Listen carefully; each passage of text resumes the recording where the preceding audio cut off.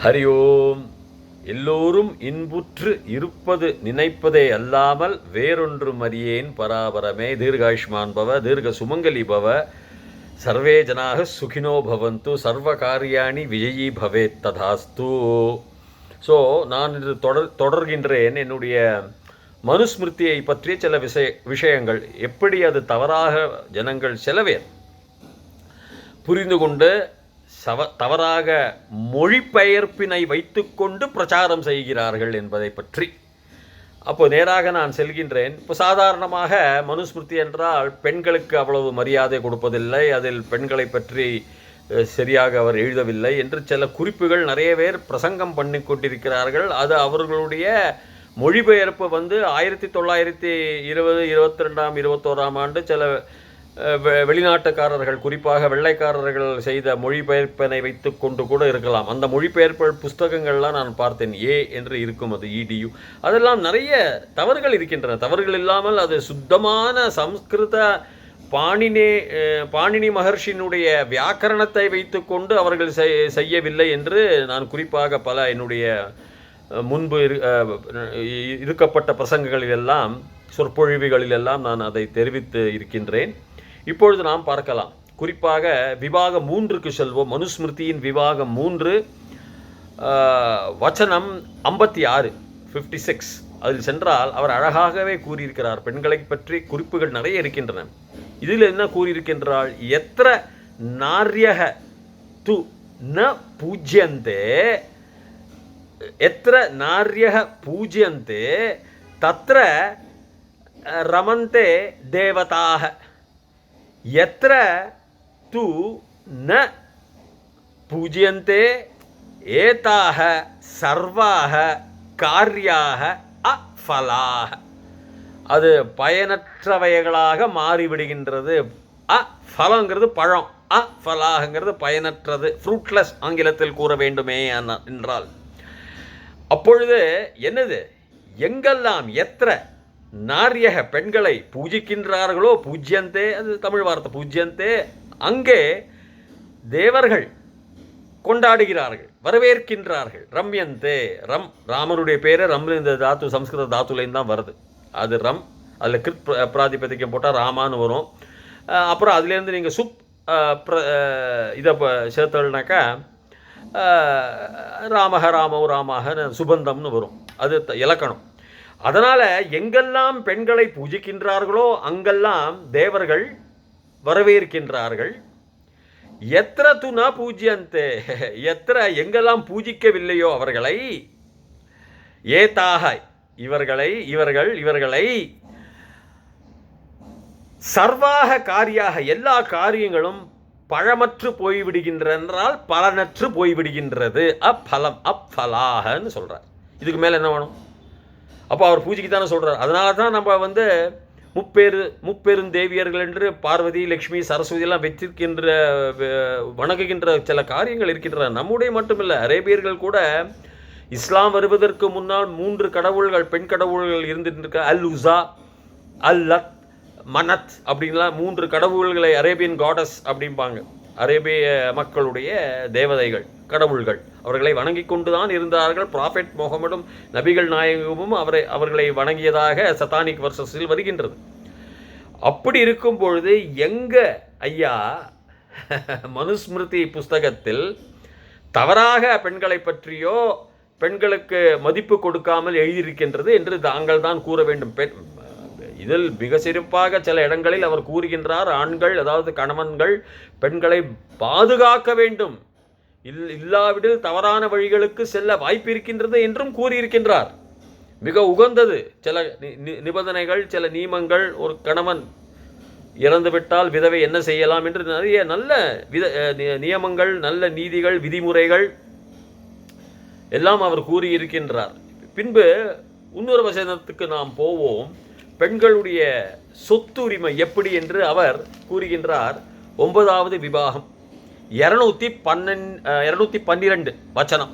அதில் கூறுகின்றார், சோதர்யா விபச்சே rooms, சோதர்யா விபச்சே rooms தமம் சமேத்திய சஹிதாக சமம் பிராத்ரோ பிராத்ரஹ ஏச்ச சம்ஸ்ருஷ்டா பாகின்யஸ்ச ச நாபயஹ. அவனுடைய நாபயங்கிறது நாபி பிரதேசம், நாபி இடம். அதில் இவங்க என்ன ஆங்கிலத்தில் சொல்கிறாங்கன்னாக்கா யூட்ரைன் பிரதர்ஸ், யூட்ரைன் சிஸ்டர்ஸ். யூட்ரஸ்ங்கிறது நமக்கு தெரியும், கர்ப்பஸ்தானத்தில் இருந்தது. அது எப்படி இது நாபின்னு சொல்வதனால் ஆண்களுடைய நாபியும் பெண்களுடைய நாபியும் அர்த்தத்தில் நான் எடுத்துக்கொள்கின்றேன். ஏன்னா அவர் கர்ப்பஸ்தானத்தை குறிப்பாக பெண்களுடைய பிறப்பு இடத்தை அவர் கூறவில்லை. நாபயக என்று தான் அவர் கூறுகின்றார். நாபி நாபயங்கிறது பகுவச்சனம். சம்ஸ்கிருதத்தில் நாபின்னு ஒரு சப்தம் இருக்கு, அதில் ஏகவச்சனம், ரெண்டு வச்சனங்கள் பன்மை, ஒருமை இருமை பன்மைன்னு சொல்கிற மாதிரி. ஸோ நாபயக பன்மை. அதாவது என்ன சொல்றாருன்னா சோதர்யா விபஜயதி விபஜயதே அப்படின்னா பங்கை எடுத்துக்கொள்வது, பங்கு விரிப்பது, பங்கை பிரிப்பது. பங்கு அம்சம்ங்கிறது அந்த ஒரு அம்சம், ஒரு பங்குகளை, அந்த ஒரு பகுதியை. அப்படின்னு ஒரு தாயாருடைய ஒரு தகப்பனாருக்கு சொத்து இருக்கின்றது என்று வைத்தால் ஒரு பகுதிகளை எப்படி தமம் அவைகளை சமேத்திய சகிதாக. ஹிதங்கிறது நன்மை, ஒரு நன்மையை, ஒரு பலன் அளிக்கக்கூடிய காரியங்கள் நிறைய, மற்றவர்களுக்கு நன்மை செய்யக்கூடிய இது. அதாவது ஒரு தனம் கிடைத்தால் நன்மை. சஹிதாக எல்லா நன்மைகளையும் அதையும் அவர் சொல்கிறார். வெறும் பணம், ரூபாய் நோட்டு, தங்க நாணயங்கள் மட்டும் சொல்லலை.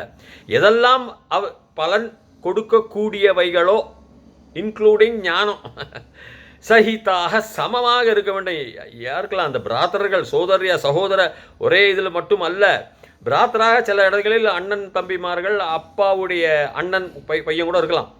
ஸோ பிராத்ரோ அவர் வெளியில் சென்று விட்டால் எல்லாவென்றும் ஒற்றுமையாக ஒருமையாக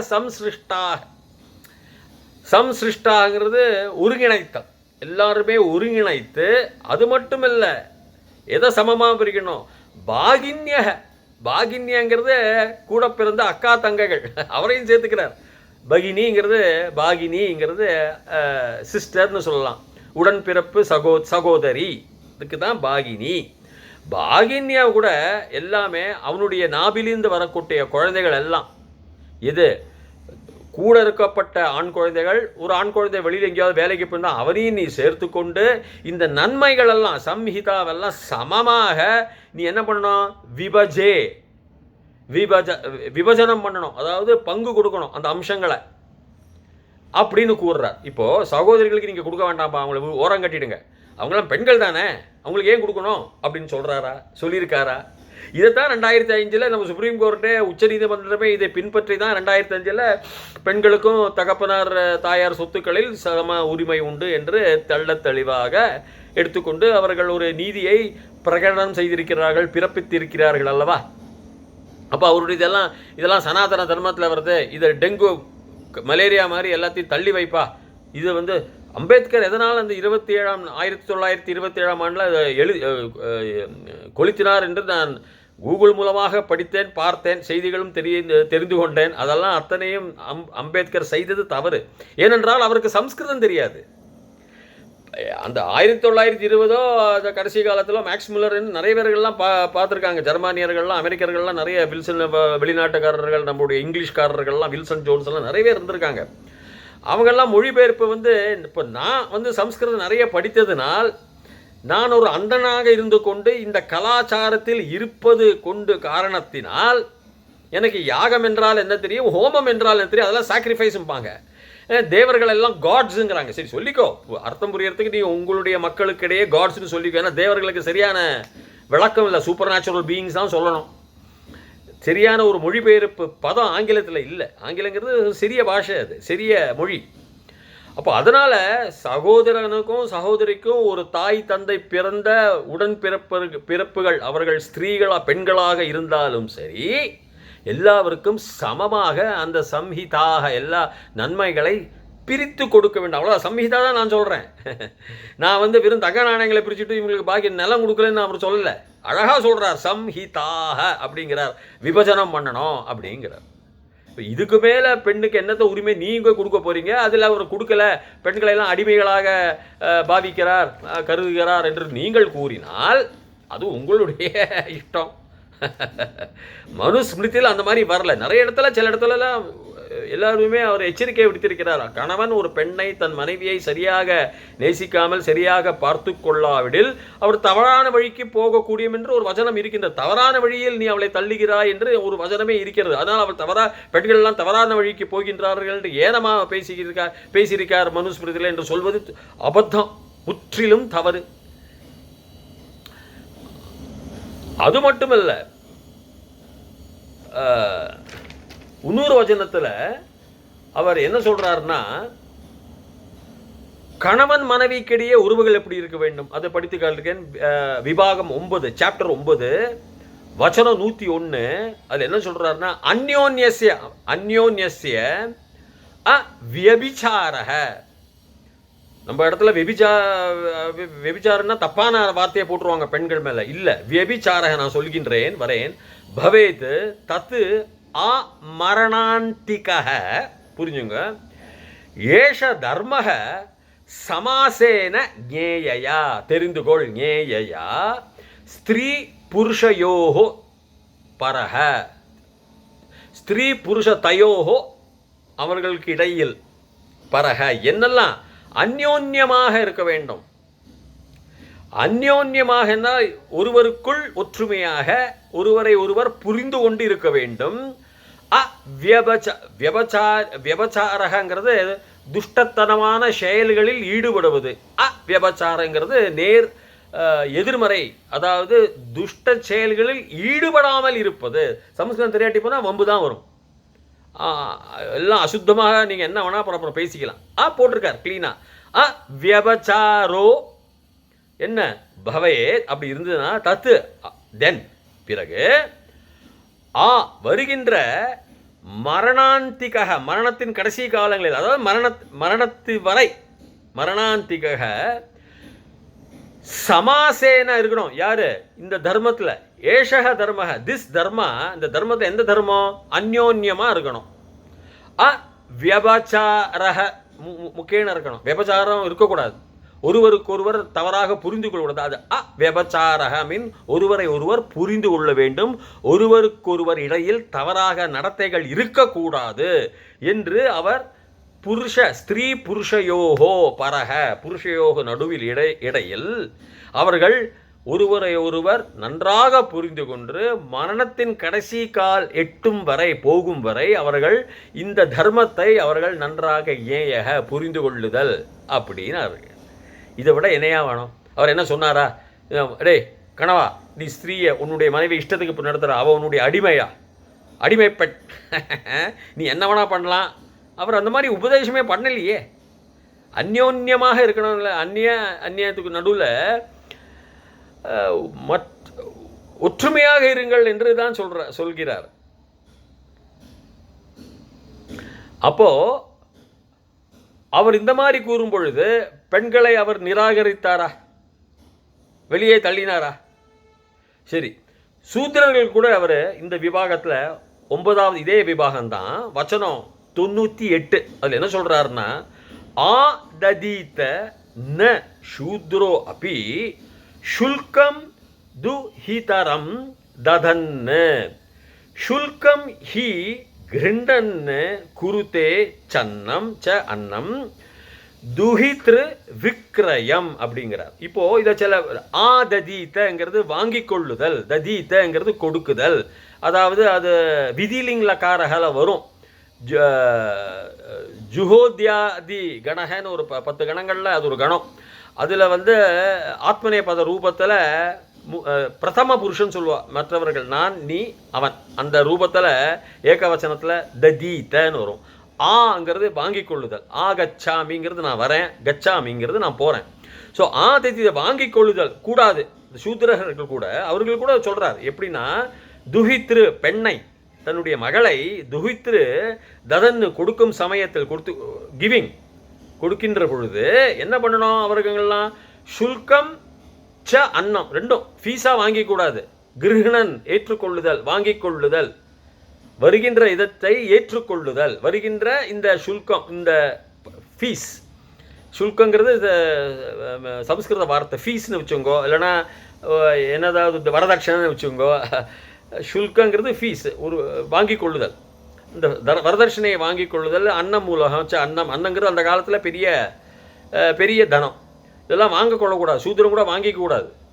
எப்படி பெண்ணை கொடுக்கும் பொழுது அப்படி அவன் வாங்கி கொண்டால் என்றால் துஹுத்ருவை விக்கிரயம் பண்ணுறது. விக்கிரயங்கிறது தமிழ் வார்த்தையிலே நிறைய வரும். விக்கிரயம் சேல்ஸ் பண்ணுறது, விக்கிரயம் பண்ணுறது, விற்பது. பெண்ணை விற்கும் அளவுக்கு அவன் வந்து விடுகின்றான். எப்பொழுது அவன் ஒரு சூத்திரன் கூட சுல்கம் ஃபீஸ் வரதட்சணையோ அன்னம்னா எல்லா பொருள்களும் தானியங்கள் பல தானியங்கள்லாம் வாங்கிட்டு பொண்ணை கொடுத்தான்னா நீ வந்து உன் பொண்ணை விற்கிற, நீ அதெல்லாம் வாங்கி கொள்ளக்கூடாது என்று ஒரு வர்ணத்துக்கும் அவர் அழகாக சொல்லியிருக்கார். சூத்திரனுக்கும் அவர் நான் சொல்கிறது எதையும் சொல்கிறேன்னா சூத்திரனாக கூப்பிடுறார். பூர்ஜ கண்டகங்கிறது அவங்க ஒரு வினோதமான ஒரு ஆளுகளே சாப்பிடக்கூடிய ஒரு குரூர ஒரு நாடோடிகள். எங்கே இருந்திருப்பார்கள்னா அந்த ஆப்கானிஸ்தான்லாம் தாண்டி அங்கே அந்த பிரதேசம், இந்த நார்த் வெஸ்டர்ன் ப்ராவின்ஸ்னு சொல்லுவாங்க பாகிஸ்தானில், அந்த பிரதேசங்கள், இந்த பலூச்சிஸ்தான் பிரதேசங்கள்லாம் வரக்கூடிய ஒரு விதமான சண்டாளர்களோட ஒரு மோசமானவர்கள். மற்றவர்களை கொல்லுவார்கள், அவர்களை சாப்பிடுவார்கள். அந்த மாதிரி ஒரு சில காலகட்டங்களில் சில நாடோடி கும்பல்கள் அந்த பிரதேசத்தில் இருந்தது. அப்பொழுது அவர்களை பூர்ஜண்டகங்கிறார், பாஷண்டகங்கிறார். யார்? நான் எல்லாருக்கும் அவனுக்கு எல்லாமே தெரியும். நாத்திகன் அல்ல, ஏகஜாதியும் அல்ல, கெட்டவனா துஷ்டத்தனமான பேசப்பட்டவனும் அல்ல விஷயங்களில். ஆனால் அவன் பாஷண்டக, அப்பா நான் வந்து எதுக்குப்பா நான் வந்து ஹோமம் பண்ணோம், நான் கடவுள் இங்கே உட்காந்துனே தியானம் பண்ணுறேன்பா அப்படிம்பான். அதாவது இருக்கப்பட்ட விதிமுறைகளுக்கு கொஞ்சம் மாற்றாக விதிமுறைகளை வைத்துக்கொண்டு கடவுளை வணங்கப்பட்டவன். அது பாஷண்டகங்கிறார். அபகிருஷ்டஜகங்கிறார் சில இடத்துங்களில். அவன் வந்து யார்? எல்லா துஷ்ட காரியங்களை பண்ணப்பட்டவன். பிராமணனாக இருக்கலாம், வைசியனாக இருக்கலாம், க்ஷத்ரியனாக இருக்கலாம், சூத்ரனாக இருக்கலாம். அவங்களெல்லாம் யாரெல்லாம் துஷ்டம் அபகாரியங்களை பண்ணப்பட்டவங்களோ, கிருஷ்ணங்கிறது பண்ணுறதுன்னு அர்த்தம், ஜகங்கிறது மனிதன் அர்த்தம் வச்சுங்களேன். அபகிருஷ்ட ஜக அப்படிங்கிறார். அவரஜக வரம் தராதவன், செல்ஃபிஷ் ஃபெலோ, அவரஜக. இவங்கெல்லாம் எவனும் எந்த வர்ணத்தில் வேணா இருக்கலாம், பிராமணம், க்ஷத்ரியம், சூத்ரம், வைசியம் இருக்கலாம். பட் அவங்களெல்லாம் அவர் திட்டுறார். எப்படி வேணா இந்த மாதிரி காரியங்களில், அதான் எல்லாமே காரியம்தான், காரியமும் நீ செயல் வினைகள் தான், நீ செய்யும் செயல்கள் தான் அவர் சொல்கிறார். ஐயோ சூத்திரன் தான், பிராமணனுக்கு என்ன வேணா நீ பண்ணிக்கோப்பா, உனக்கெல்லாம் விதிவிலக்குப்பா, நீ பிராமணனாக பிறந்துட்ட, அதனால் உனக்கு தெய்வம் கொடுத்துருக்கார். இவங்களுக்கு சூத்திரனாக பிறந்ததுனால நல்லது பண்ணாலும் இவங்க கெட்டதுக்கு இவனுக்கு தண்டனை தான் கிடைக்கணும் எங்கேயாவது சொல்கிறாரா? இதெல்லாம் டிவிஷன் ஆஃப் லேபர். நான் ஏற்கனவே கூறிய மாதிரி அந்தந்த பேர் அந்தந்த தொழில்கள். ஒரு பெரிய கிரிக்கெட்டர் அவன் கிரிக்கெட் தான் விளையாடணும், அப்போ தான் தேசத்துக்கு நல்லது. இப்போ நான் போய் கிரிக்கெட் விளையாடினா யார் வந்து பாப்பா? நான் போய் பாடினா நான் தான் காசை கொடுத்துட்டு சபாவில் உட்காந்து பாடணும். அது பாடப்பட்ட திறமை உள்ளவர்கள் அவர்கள் வந்து பாட வேண்டும். கவிஞர்களால் நல்ல கவிதைகள் எழுத முடியும், ஆனால் அவர் சில பாடவே முடியாது. பாடகர்கள் என்று சில குறிப்பிட்ட மக்கள் இருக்கின்றார்கள், அவர்களுக்குத்தான் பாட்டு வரும். இதைத்தான் அவர் சொல்லுகின்றார். இத்துடன் இந்த சொற்பொழிவை நிறுத்திக் கொள்கிறேன். விபாகம் உண்டு. அதுவரைக்கும் பூயாத் தாவத் சுபமங்கலம். ஹரி ஓம்.